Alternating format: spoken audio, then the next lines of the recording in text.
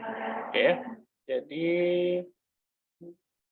ya, jadi seperti yang disampaikan ya, jadi saya itu sehari-hari ya untuk aktivitasnya itu adalah bergerak di bidang digital marketing dan juga branding gitu ya. Jadi untuk membantu teman-teman UKM gitu ya, pelaku bisnis, itu bagaimana itu mereka membuat dan merencanakan serta mengolah proses akuisisi pelanggan. Nah, itu yang saya lakukan gitu ya.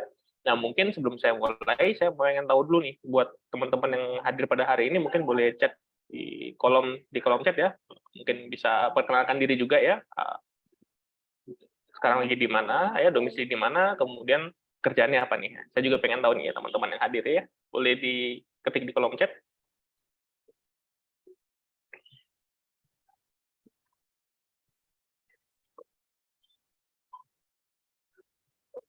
Oke, sebentar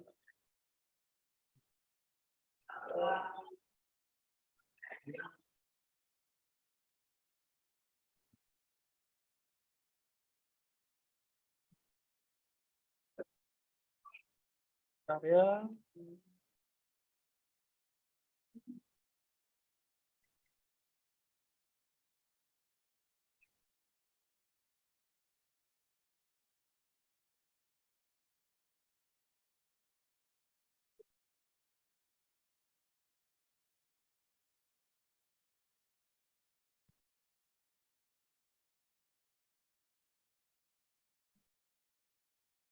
Oke, sebentar ya.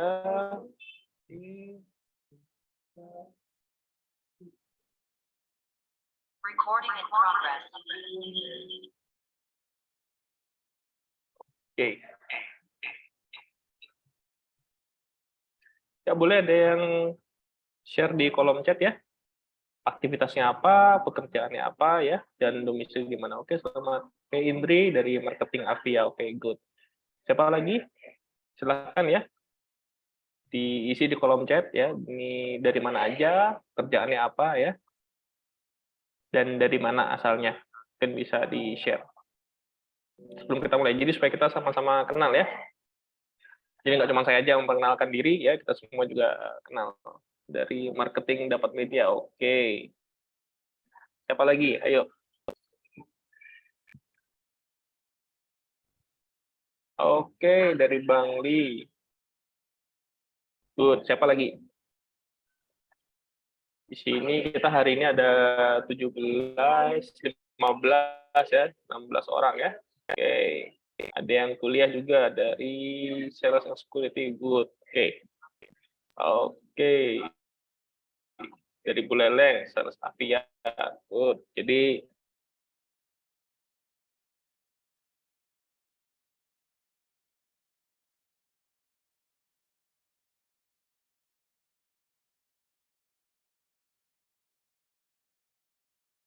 ini di Oke, nah mungkin pada saat melihat webinar gitu ya, pada saat melihat posternya gitu ya, kita bicara tentang lead qualification framework skill. Nah, apa sih itu lead qualification framework skill ya?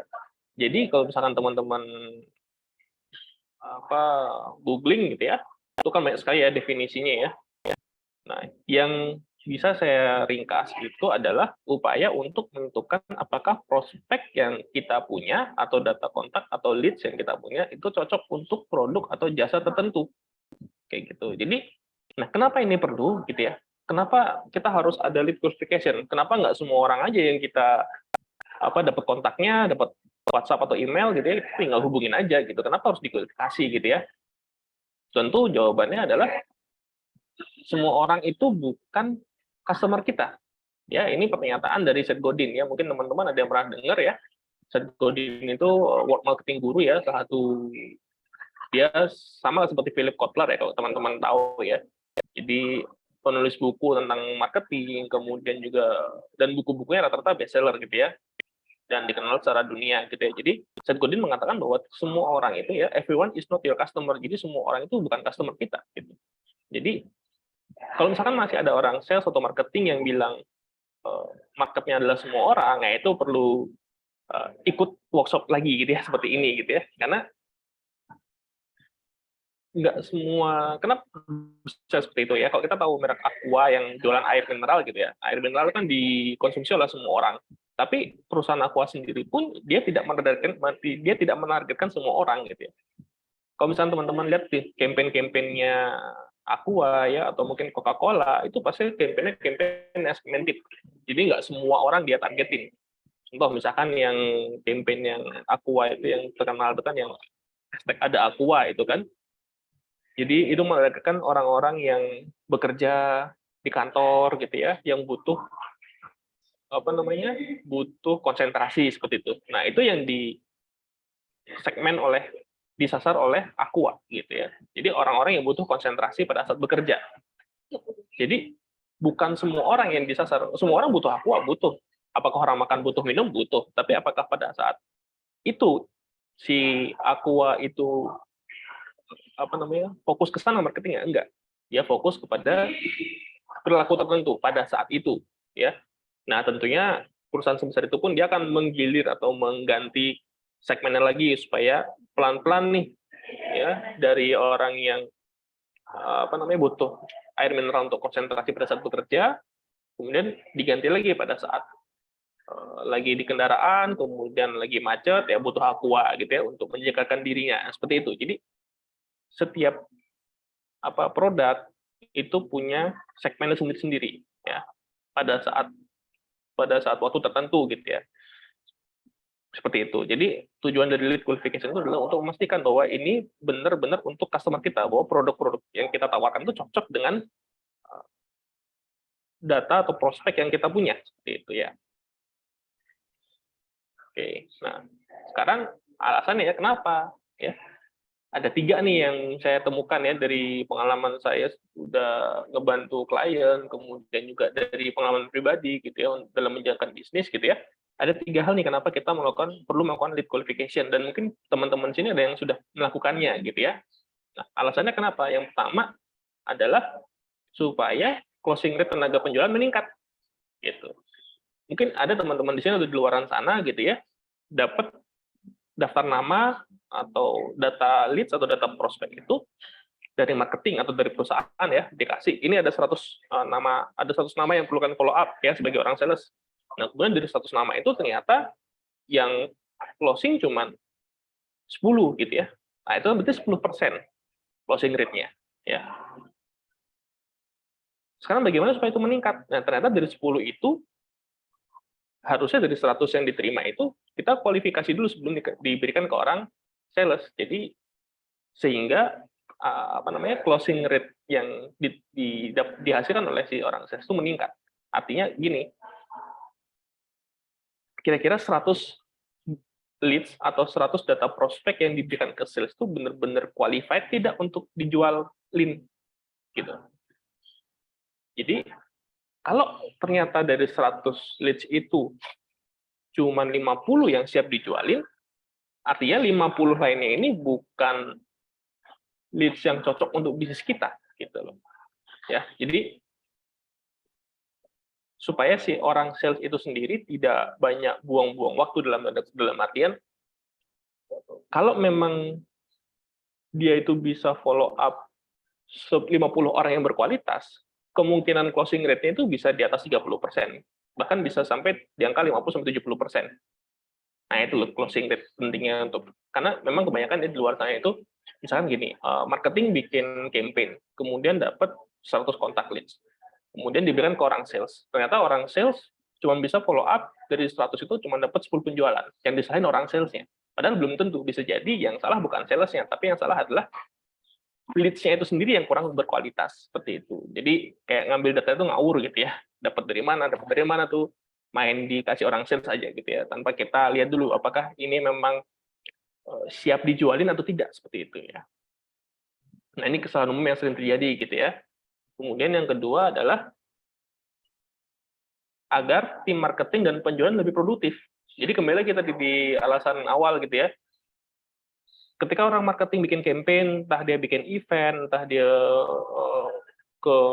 melakukan ke perusahaan-perusahaan gitu ya, untuk sosialisasi, kemudian ke rekan-rekan, ke agent gitu ya, sosialisasi program, terus kemudian dari sana dapat kontak gitu ya, dapat data leads. Nah, ketika itu diserahkan ke orang sales, apakah datanya itu berkualitas atau tidak gitu ya, leads-nya itu berkualitas atau tidak gitu ya. Jadi kalau misalkan semuanya berkualitas kemudian diberikan orang sales, maka closing rate-nya akan meningkat. Kembali lagi bahwa itu akan menjadikan tenaga penjualan dan marketing itu lebih produktif mereka kerjanya.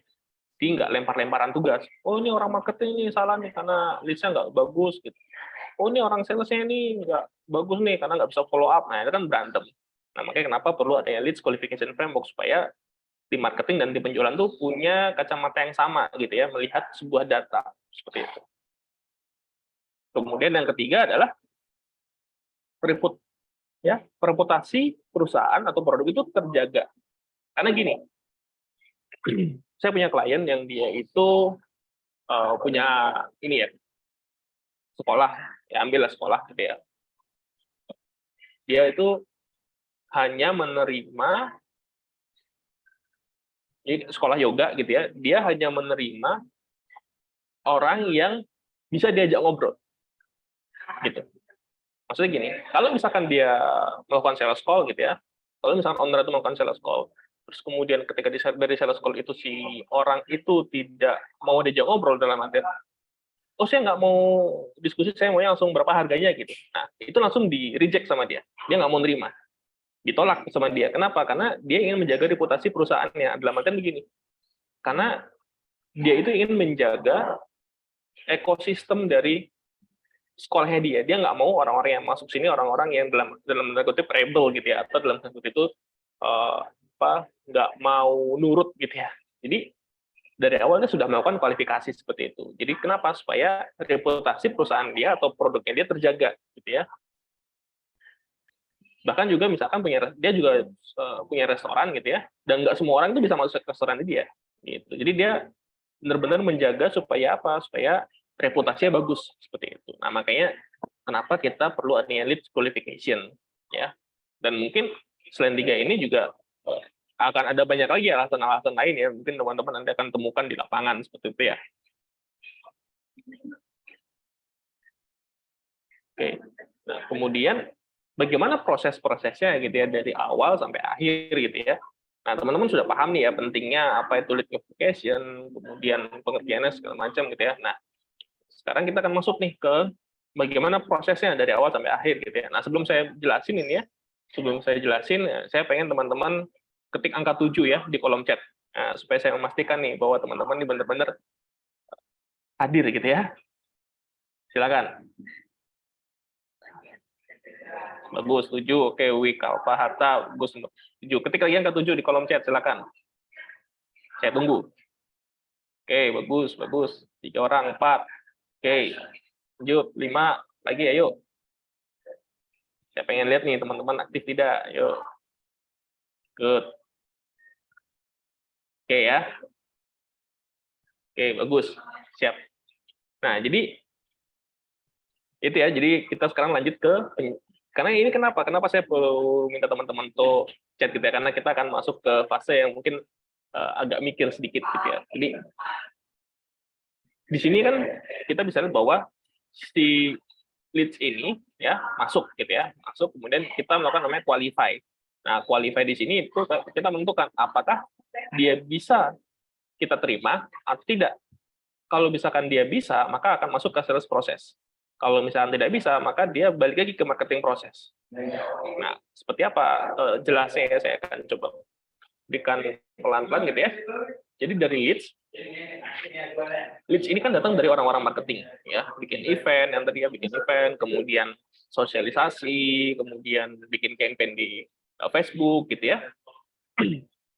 Begitu dapat data, nah ini kemudian tim marketing harus qualify dulu nih.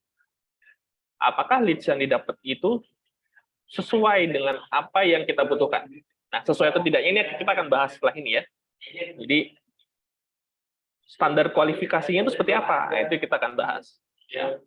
Jadi dari sini, kalau misalkan dia masuk kualifikasi kita, maka dilanjutkan ke sales proses. Artinya, nih orang sales tolong di follow up karena dia qualified gitu ya. Nah, itu orang sales harus bisa follow up gitu. Tapi kalau misalkan dia tidak qualified ya, seperti apa tidak qualified-nya ya, nanti kita akan bahas. Ini akan dikembalikan lagi ke orang marketing. Untuk apa? Untuk diedukasi. untuk dipastikan dulu apakah dia benar-benar minat dengan produk kita atau tidak, gitu ya. Gitu. Karena kan tujuan dari sales ini kan, karena tugas orang sales ini ya, selain dia jualan, dia juga harus closing, gitu ya. Jadi orang sales itu nggak perlu edukasi, nggak perlu kayak, oh manfaat produk kita ini, manfaat manfaat produk kita ini, kemudian benefitnya ini, fitur-fiturnya ini, itu bukan orang sales, tapi orang sales apa dia untuk closing ya, untuk jadi closer gitu ya, maksudnya begitu dia sudah tugasnya itu untuk menghandle objektif. Nah itu kan orang sales ya, dia harus bisa menghandle objektif. Misalkan kalau misalkan dia langsung join bagus, tapi kalau misalkan dia langsung join, nah kenapa dia nggak join? Oh, mungkin karena dia mungkin karena mindsetnya belum ketemu. Nah itulah orang sales ya, dia harus bisa membuat orang itu yakin untuk melakukan pembelian. Tapi ada nih kadang orang yang dia sudah yakin, tapi dia belum cocok untuk dimasukkan ke dalam sales proses. Nah seperti apa itu ya, kita akan bahas nih ya, how to qualify ya. Jadi kan di sini kita bagian ini ya, qualifying ya. Nah jadi ini yang akan kita pelajari hari ini gitu ya, how to qualify them ya. Jadi bagaimana kita bisa mengqualify mereka ya. Pasti kan teman-teman tuh yang pertama harus punya yang namanya customer ideal profile ya. Orang marketing sama orang sales tuh harus sama-sama paham ini, ketiga ini ya. Siapa customer idealnya, itu harus ada profilnya. Kemudian ada yang namanya sales ready action, atau aktivitas-aktivitas apa yang menandakan bahwa mereka itu siap dijualin, atau mereka sudah siap dan mereka sudah tertarik untuk menggunakan produk atau jasa kita. Dan yang ketiga ada namanya lead qualify metric. Ini sebagai alat bantu ya. Ini alat bantu aja, nggak harus punya, tapi setidaknya teman-teman harus paham aja dulu ya. Tapi yang paling penting ini dua ini ya, harus punya customer ideal profile dan sales ready action. Oke ya. Nah, ada apa aja itu ya untuk customer ideal profile? Jadi fungsinya ini adalah untuk ngebantu si sales dan marketing itu tahu siapa yang di follow up, tahu siapa yang dipasarkan. Jadi harus tahu dari sisi demografik ya. Demografik itu tempat tinggal, kemudian pekerjaan, usia, jenis kelamin, ya, terus kemudian juga mungkin kondisi keluarga dan sebagainya, secara demografinya. Kemudian ada namanya interest dan activities. Jadi ketertarikan dia apa sih, gitu ya. Kemudian ada purchase behavior atau perilaku pembelian. Kapan dia melakukan pembelian? Kemudian ada economic status, ya, status ekonominya, apakah mereka mampu untuk membeli produk kita atau tidak, gitu ya, dan lain-lain. Saya akan berikan contoh ya untuk customer ideal profile ini. Sebentar. Saya akan berikan contoh betul supaya ini ya paham. Saya coba stop share dulu.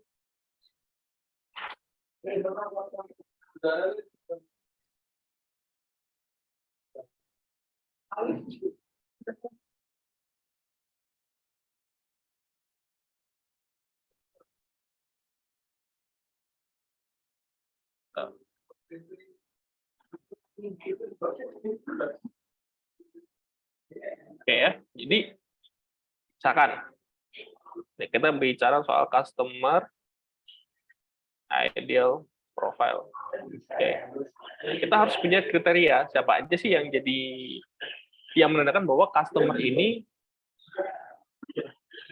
idealnya kita seperti ini loh, customer kita gitu ya. Misal dari sisi usia, kalau misalkan katakanlah bisnis di bidang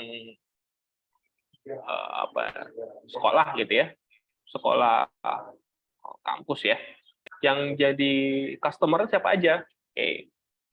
Usia ya, dari sisi usia itu dia harus misalkan ya contoh di angka 18 ya, 18 sampai dengan 24 misalnya ya.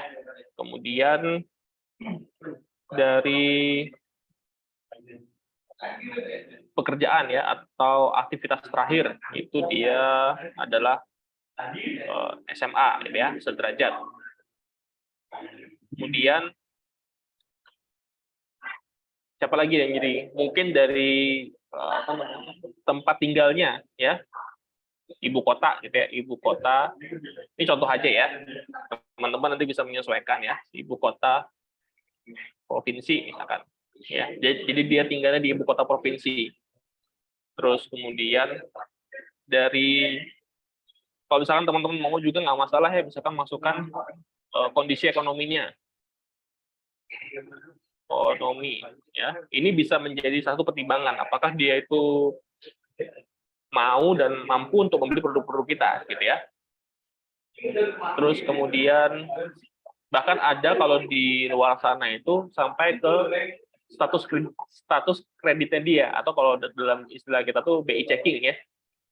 Ini kan untuk urusannya untuk kredit gitu ya, atau kalau misalkan yang jualan properti, yang jualan yang produk-produk di angka puluhan ratusan juta itu ya, nah itu biasanya kita ngecek sampai ke BI checkingnya, apakah si customer ini bisa mengajukan kredit atau tidak gitu ya, diterima sama KPR atau enggak, seperti itu ya. Itu kita juga harus punya gitu. Nah, siapa lagi nih? Nah, cek ini perlu dibikin checklistnya gitu ya. Jadi nggak sembarang orang kita bisa targetin gitu ya. Bahkan mungkin interestnya apa? Ya, dia punya ketertarikan terhadap apa? Gitu ya. Misalkan dia tertarik dengan kalau misalkan kita bicara kampus F&B misalkan ya, food and beverage, berarti dia harus sukanya interestnya di masak gitu ya. Jadi kita targetnya memang orang-orang yang hobinya masak, atau cita-citanya ingin jadi koki gitu. Cita-cita jadi koki. Nah, ini jadi ideal profilnya gitu ya. Nah, ini yang perlu nanti teman-teman dirangkai gitu ya. Dibikin checklistnya gitu ya. Atau misalkan contoh lain, jualan properti misalkan ya.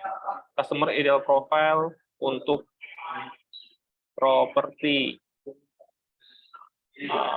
sewa properti misalkan. Kemudian di sini dari sisi ekonomi ya, kondisi ekonomi status atau untuk perumahan ya. Ini dibedakan saja ya untuk perumahan. Perumahan. Berarti untuk beli perumahan ini dia harus bisa masuk ke KPR misalkan. Masuk ke KPR. Atau apa ya, untuk istilahnya itu dia itu bisa untuk mengajukan kredit ya, bisa mengajukan KPR gitu misalkan. Nah, berarti kita harus tahu juga ya penghasilannya dia. Hasilnya berapa gitu ya. Misalkan 5 sampai dengan 10 juta. Nah, kemudian siapa sih penghasilan 5 sampai 10 juta itu, pekerjaannya apa sih ya? Pekerjaannya bisa mungkin di mana ya, startup, atau dia bekerja di mana ya. Kemudian domisilinya ya, tempat tinggal di kota besar misalkan. Nah, ini terus apalagi ya di list itu nanti. Nah, ini yang menjadi bahasa ya untuk supaya marketing sama sales itu punya pandangan yang sama. Siapa sih customer kita gitu ya.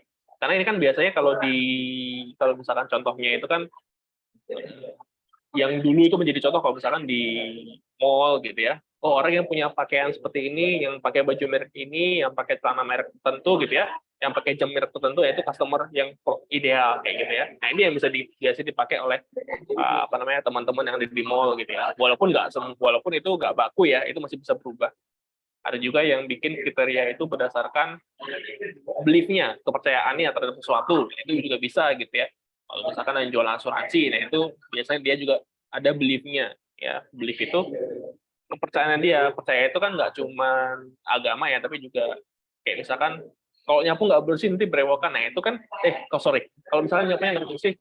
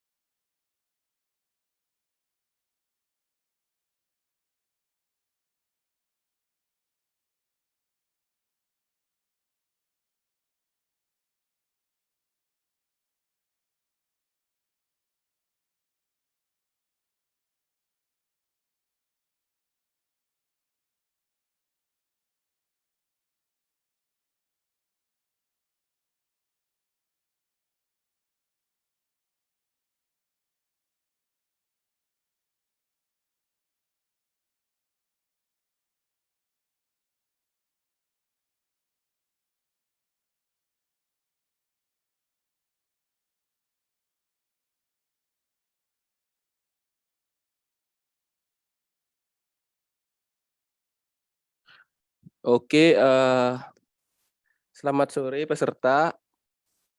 Mohon maaf ada kendala teknis sebentar. Mungkin sambil menunggu Pak Rizanya untuk reconnect kembali. Jika ada pertanyaan atau yang belum paham, bisa di chat di kolom chat ya. Pertanyaan yang ingin ditanyakan dari pemaparan yang udah dipaparkan oleh Pak Riza sebelum beliaunya disconnect. Silakan jika ada ingin yang bertanya sambil menunggu Bapaknya untuk reconnect ya.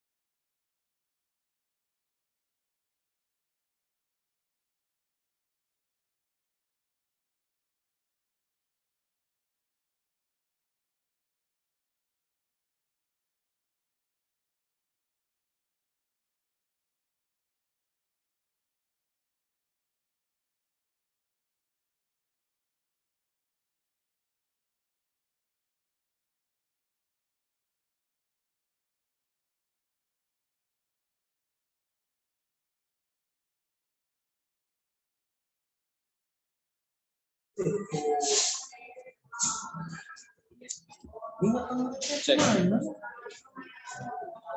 Cek.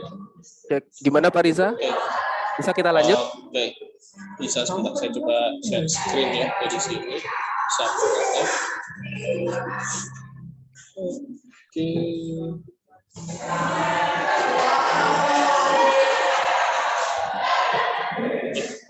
Sebentar. Boleh dijadikan host dulu nih untuk akun yang ini. Oke.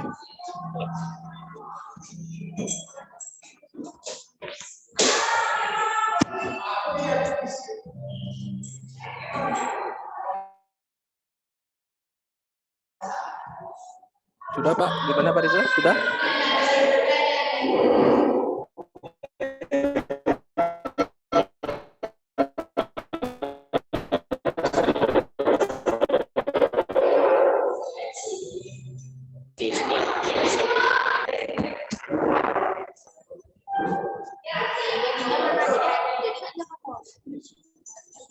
Saya juga share screen.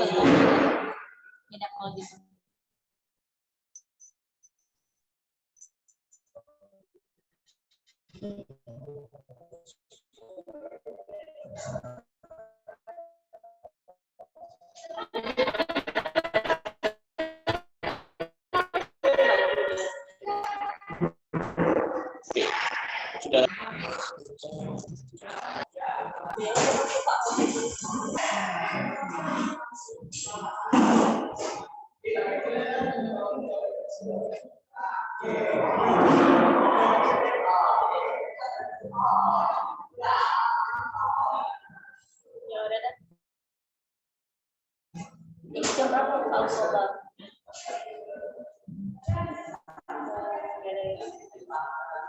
tapi jangan di bawah.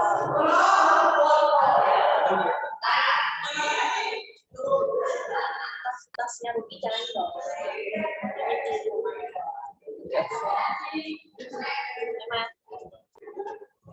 Ya. Ya tidak apa-apa.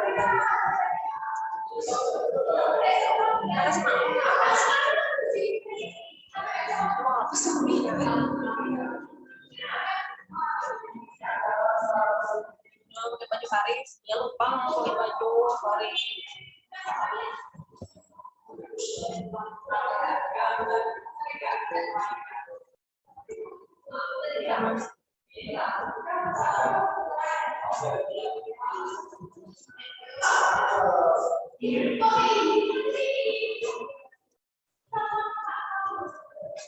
Oke ya, sip. Kelihatan layarnya? Layarnya kelihatan? Halo? Oke Pak, sudah masuk layarnya Pak. Sudah masuk ya? Pak, kelihatan Pak, Oke, untuk terima layarnya. kasih ya. Kelihatan Pak. Oke. Jadi maaf ya tadi ada sedikit problem ya di sini. Jadi saya kehilangan juga pakai HP ya. Jadi kita sampai kepada pembahasan customer ideal profile ya untuk yang demographic, interest, activities dan business behavior hingga economic status. Dan tujuannya apa? Itu dia supaya kita tahu bahwa ini market kita ini apakah dia pelanggan yang ideal untuk kita gitu ya. Karena tidak, kembali lagi itu dia pernyataan awal itu bahwa tidak semua orang itu market kita, tidak semua orang itu bisa jadi konsumen kita. Ada konsumen yang tentunya kan kita ingin konsumen itu yang konsumen itu kan kita sering dengar bahwa konsumen itu raja gitu. Jadi kita harus menentukan raja mana nih yang ingin kita layani gitu ya. Nggak semua raja cocok untuk kita gitu ya. Karena ada mungkin beberapa konsumen yang malah bisa membuat reputasi brand kita itu menurun kayak gitu ya. Jadi kita harus bisa punya standar di sini ya, dan juga ini bisa jadi patokan untuk tim marketing dalam menjalankan iklan, dalam menjalankan campaign. Dan ini bisa diambil dari data sales sebelumnya. Misalkan nih dari data orang sales itu ternyata dari yang mereka follow up gitu ya, dan yang menjadi pelanggan atau menjadi konsumen itu rata-rata orang-orangnya seperti ini gitu ya. Ya, misalnya kalau di tempat yang lagi saya kelola itu sekolah yoga gitu ya, dan rata-rata mereka yang join dalam pelatihan untuk jadi guru yoga itu adalah orang-orang yang dia punya pengalaman minimal 1 tahun di yoga, kemudian mereka juga mendalami yoga, mereka pernah ikut pelatihan guru yoga juga seperti itu.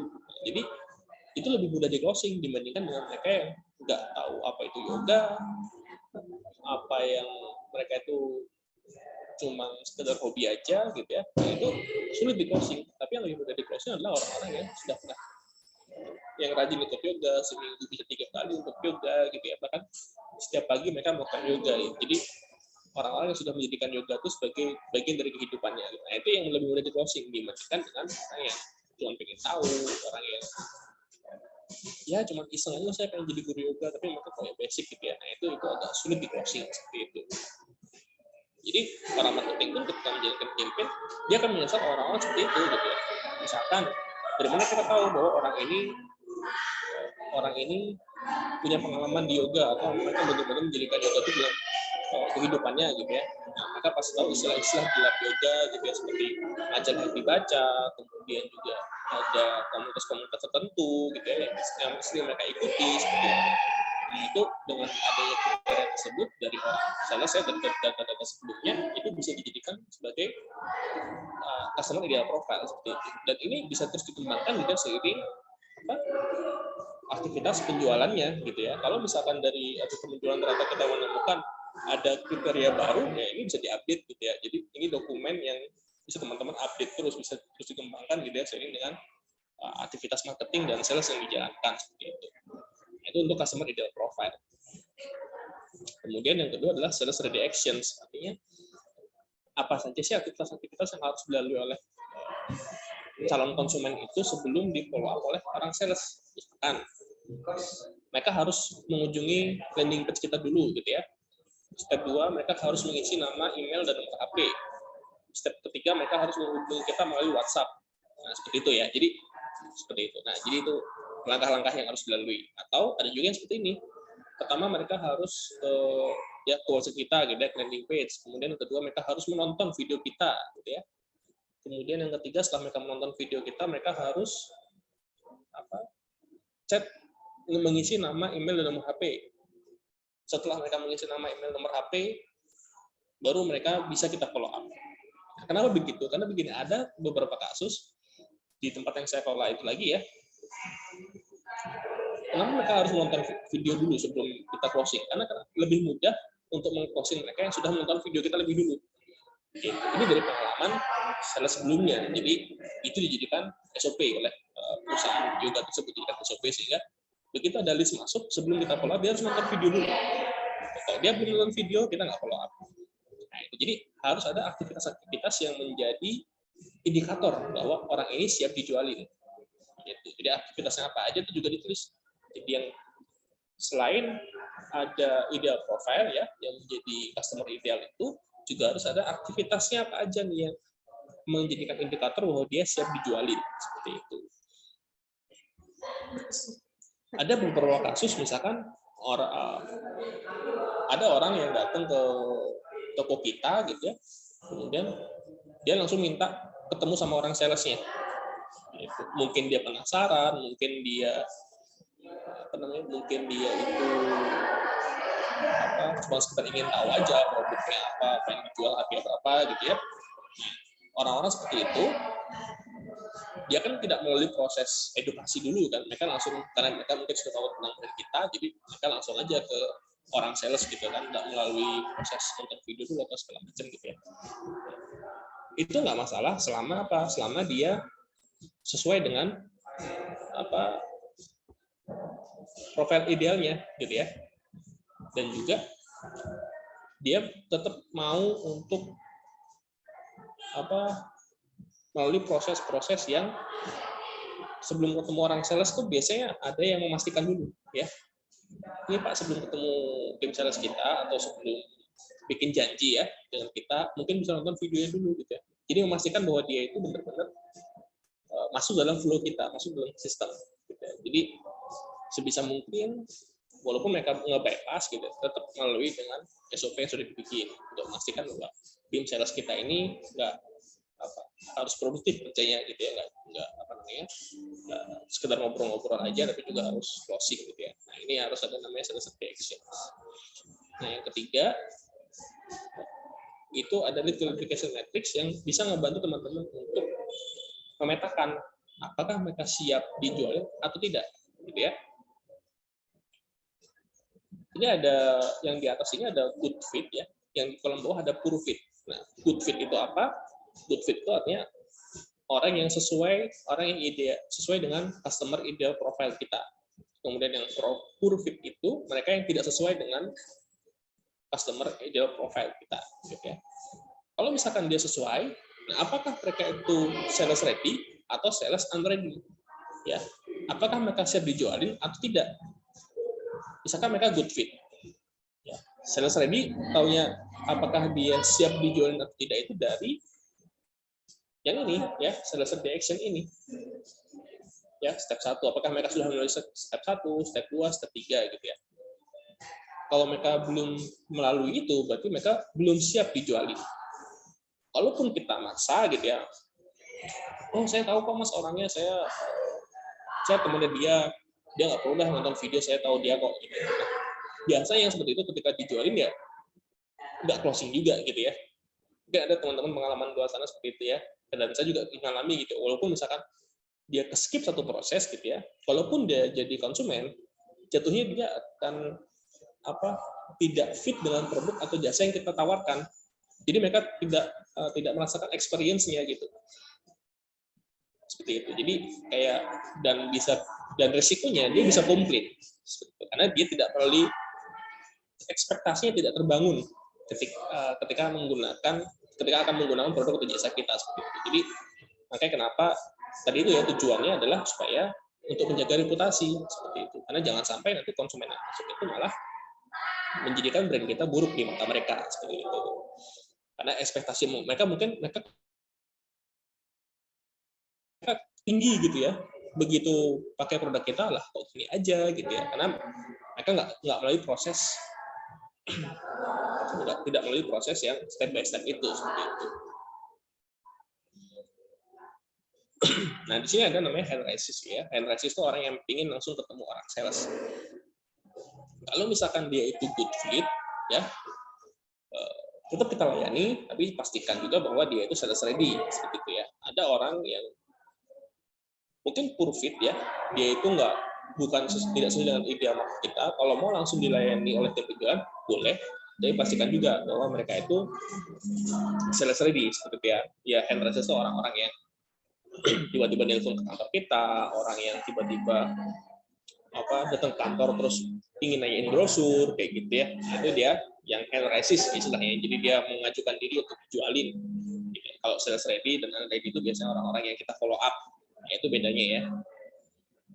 Nah, jadi kalau kita lihat ya, yang tanda bintangmu artinya siap dijualin ya. Orang sales boleh follow up ya. Kalau misalkan dia good fit dan dia hand resist, dia siap dijualin ya. Orang sales boleh bergerak, tapi dia harus melalui dulu nih step by step-nya gitu ya. Kalau yang poor fit dan dia hand resist atau dia datang ke kantor atau dia minta brosur ya, tapi dia nggak cocok nih kayaknya, nggak apa dilayani aja, dijualin aja gitu ya. Tapi dengan catatan itu lagi ya, dia harus melalui step by step yang sudah kita bangun ya. Tapi kemungkinan closing-nya pun kecil ya, karena good fit. Good fit biasanya lebih tinggi closing. Kemudian ada yang dia itu good fit dan sales ready. Nah, ini sudah pasti harus di follow up oleh sales ya. Jadi para marketing udah siapin datanya, oke nih kontak yang ini, dia ini servis kasih tahu berapa di sini.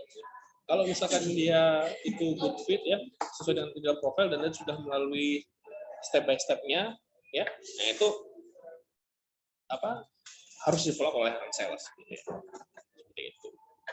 Tapi kalau misalkan dia itu tidak siap ya, tapi dia good fit, nah ini orang marketing yang follow up. Maksudnya gini, orang marketing yang kasih edukasi dia gitu ya. Orang marketing yang memastikan dia itu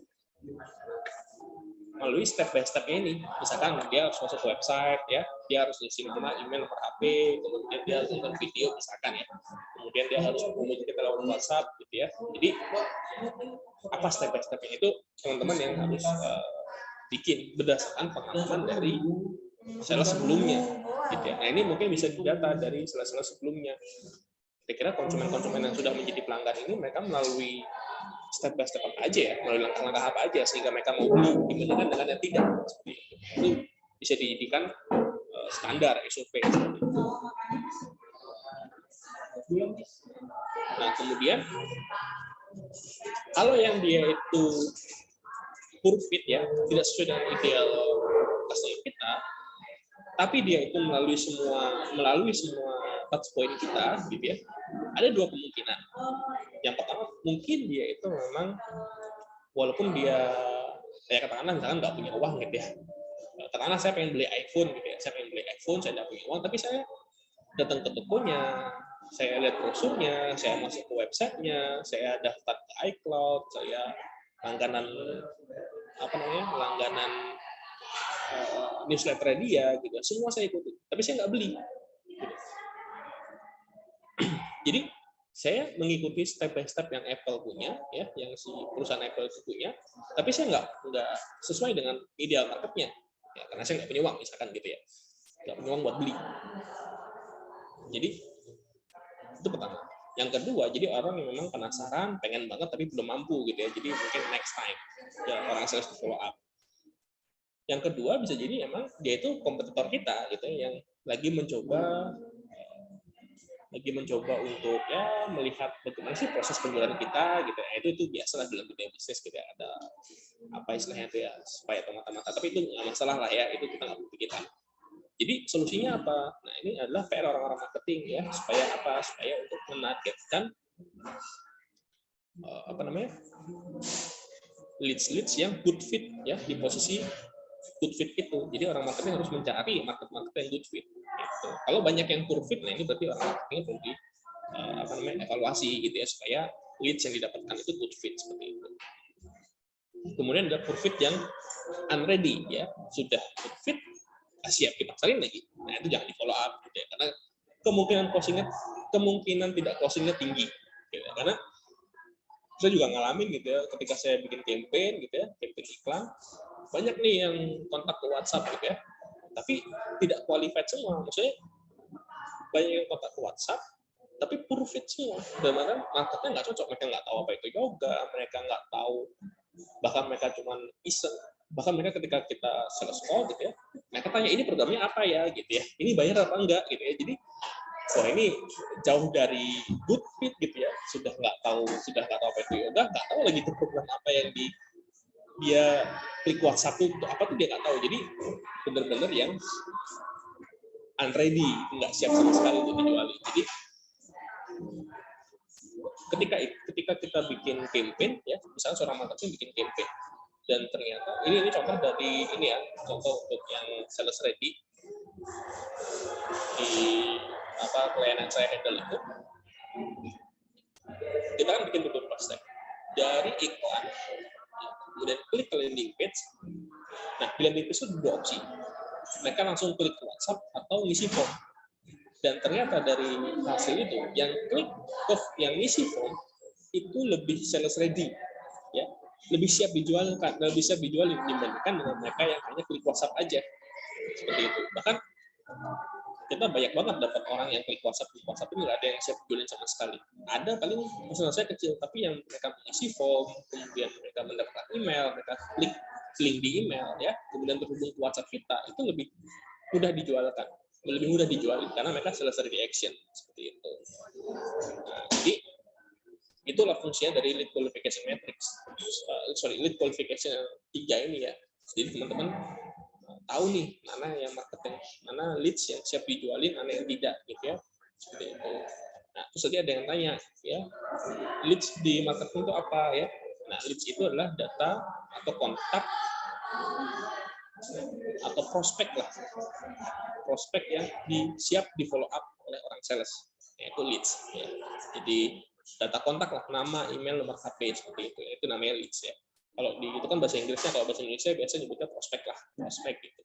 Kalau di MLM itu namanya daftar nama gitu ya. Jadi kalau teman-teman join MLM itu kan biasanya ada mimpi dan goal, kemudian buat daftar nama, buat janji, presentasi dan seterusnya. Nah, itu kalau di MLM namanya buat daftar nama. Nah, daftar nama itu adalah prospeknya ya, leads-nya seperti itu. Nah, jadi itu adalah leads qualification framework yang bisa saya sampaikan. Ya, nah itu jadi silakan mungkin teman-teman kalau ada yang mau pertanyaan, mau diskusi, mungkin Anda punya pendapat lain, ya boleh disampaikan. Jadi kita di sini sama-sama sharing ya. Oke, itu aja. Saya kembalikan ke hostnya. Silakan. Terima kasih. Oke, terima kasih Pak Riza atas pemaparannya untuk hari ini. Mungkin dari peserta ada yang ingin ditanyakan ke Pak Rizanya terkait tentang lead qualification framework skill ini? Silakan bisa tulis di kolom chat ya. Seperti tadi pertanyaannya Wikalpa kan sudah dijawab sama Bapaknya. Ada yang ingin ditanyakan mungkin dari peserta yang lain?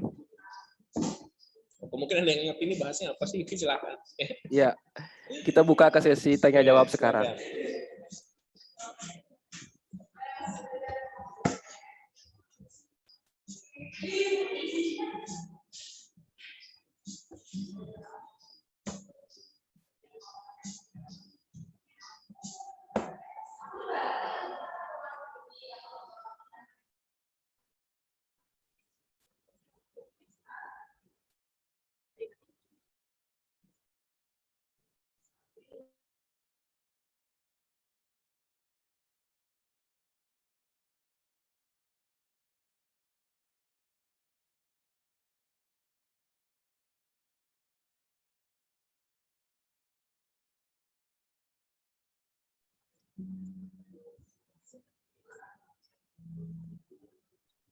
Silakan, ada yang ingin bertanya mungkin? Kalau misalkan nggak bisa bingung ngeceknya, open cam aja. Boleh, silakan bisa open cam ya. Mungkin mau konsultasi untuk perusahaannya juga boleh, silakan. Ya, silakan.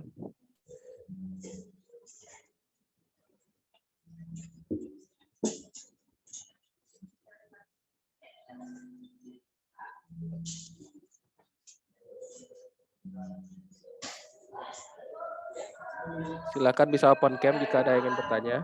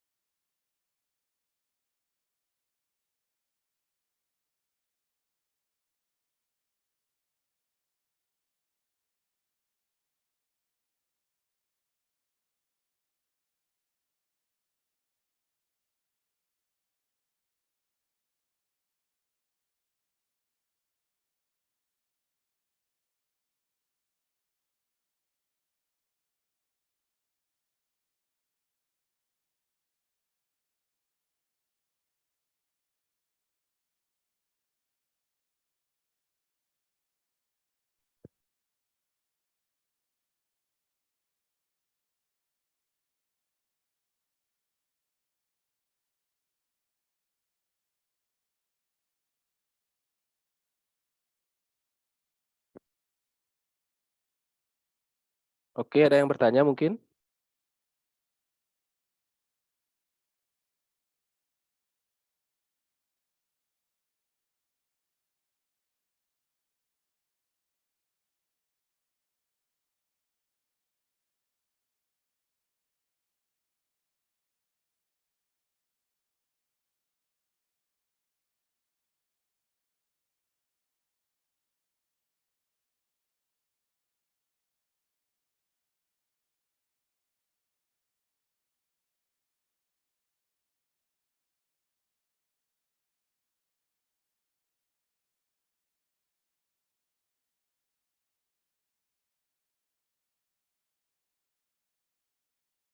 Oke, Pak Riza, sepertinya ini ada satu pertanyaan Pak Riza. Dari Wikalpa lagi, Pak. Oke, ini mantap ya Pak ini ya. Jadi Pak, saya mau tanya, kenapa harus dipisahkan antara customer ideal dan tidak ideal? Mungkin bisa langsung dijawab, Pak. Oke, makasih ya. Jadi kenapa harus dipisahkan? Itu dia alasannya ya. Jadi alasan kenapa kita harus pisahin supaya apa? Supaya orang sales itu produktif dalam melakukan pekerjaannya. Supaya nggak gabut lah istilahnya ya. Supaya nggak gaji buta gitu ya. Main telepon aja gitu ya. Oh nggak closing, udah nggak apa-apa santai aja gitu. Enggak. Jadi yang dipisahin tuh jadi yang dia itu ideal itu diberikan ke orang sales yang nggak ideal itu di follow up lagi, diberikan edukasi lagi. Istilahnya ada nurturing proses gitu ya. Jadi kita edukasi lagi, pastikan dia tuh ready ya, sales ready tadi itu ya. Karena supaya nggak buang-buang resource ya, supaya tidak buang-buang waktu juga untuk orang salesnya. Jadi produktif lah kerjaannya gitu ya. Itu. Jadi ya 3 alasannya kan ya, yaitu closing rate yang meningkat ya, kemudian marketing sama sales itu produktif ya, untuk tahu apa yang dikerjakannya, nggak cuma sekedar cari data aja. Terus yang ketiga adalah untuk menjaga reputasi kita sebagai perusahaan atau penyedia produk jasa itu nggak semua customer bisa masuk, karena kan bisa jadi ada customer yang malah membuat image brand kita jelek gitu. Itu ada, itu nggak bisa apa-apa. Inilah akan dialami lah oleh perusahaan-perusahaan biasanya ada customer yang mungkin yang rebel atau istilahnya nggak fit, kita paksain, yaitu jadinya merugikan kita juga seperti itu. Gitu sih kenapa harus dipisah gitu ya. Oke, makasih Wikalpa ya. Oke, pertanyaan dari Wikalpa sudah dijawab sama Bapaknya. Mungkin ada yang lain yang ingin bertanya? Sebelum kita akhiri sesi webinar ini.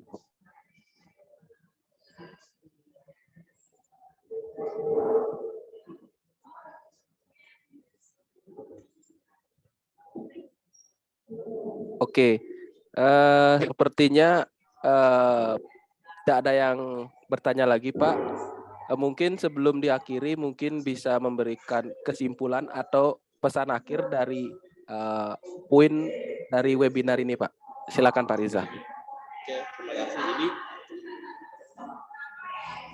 Jadi kenapa kita perlu melakukan yang namanya lead qualification itu, gitu ya? Jadi mungkin sambil sharing pengalaman juga, karena banyak sekali ya di luar sana tenaga marketing sama sales itu sering berantem, gitu ya, sering berantem. Marketing udah nyiapin banyak kontak, orang sales yang follow up tapi nggak ada yang closing, sedikit yang closing, gitu ya. Makanya kenapa kita perlu ada lead qualification itu, supaya apa? Supaya marketing sama salesnya akur, ya. Mereka bisa bekerja dalam satu bahasa yang sama, ya, punya standar ideal market, ya, punya standar ideal customer profile, kemudian mereka juga punya tim marketing juga punya step by step apa yang harus customer lalui sebelum siap di follow up, seperti itu, ya. Jadi itu akan membantu perusahaan memiliki tim yang produktif, tidak hanya sekedar tim yang mengejar target aja, gitu ya. Misalnya tim marketing bisa dapetin 100 leads, senang, gitu ya. Tapi tim salesnya kewalahan buat follow up. Nah, itu jangan sampai seperti itu. Jadi kan tidak sinkron antara sales dan marketing. Jadi tujuannya memang untuk lead qualification ini supaya marketing sama sales sinkron. Ya, mereka satu bahasa. Gitu. Kalau misalkan itu beda orang, ya, tapi kalau misalkan satu orang diberikan tanggung jawab, oke, kamu marketing and sales, gitu ya. Jadi ya dia harus tahu, oke, saya sebagai marketing saya harus cari leads, ya, memang berprioritas untuk bisa saya follow up sendiri, seperti itu.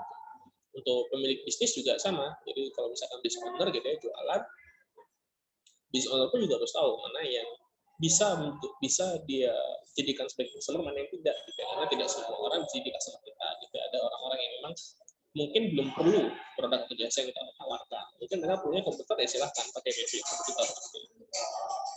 Jadi itu mungkin yang bisa saya sampaikan, ya. Kurang lebih yang gitu ya, saya kembalikan lagi kepada host. Baik, terima kasih Pak Riza untuk mengisi webinar kali ini. Mungkin dari peserta yang lain, terima kasih atas kehadirannya di webinar pertama dari platform online Dapat Ilmu. Mungkin kita bisa ketemu di lain kesempatan dengan materi-materi dan mentoring yang expert di bidangnya, agar kita juga bisa menambah wawasan kita ke depannya di bidang teknologi digital, terutamanya dalam menghadapi kemajuan teknologi yang dapat menentukan nasib kita ke depannya dari sisi closing produk ataupun brand awareness itu sendiri. Mungkin sekian untuk webinar kali ini. Sekali lagi saya ucapkan untuk Pak Riza dan peserta yang lain, terima kasih atas kehadirannya. Untuk selanjutnya webinar akan saya akhiri. Sekali lagi saya ucapkan terima kasih dan selamat sore.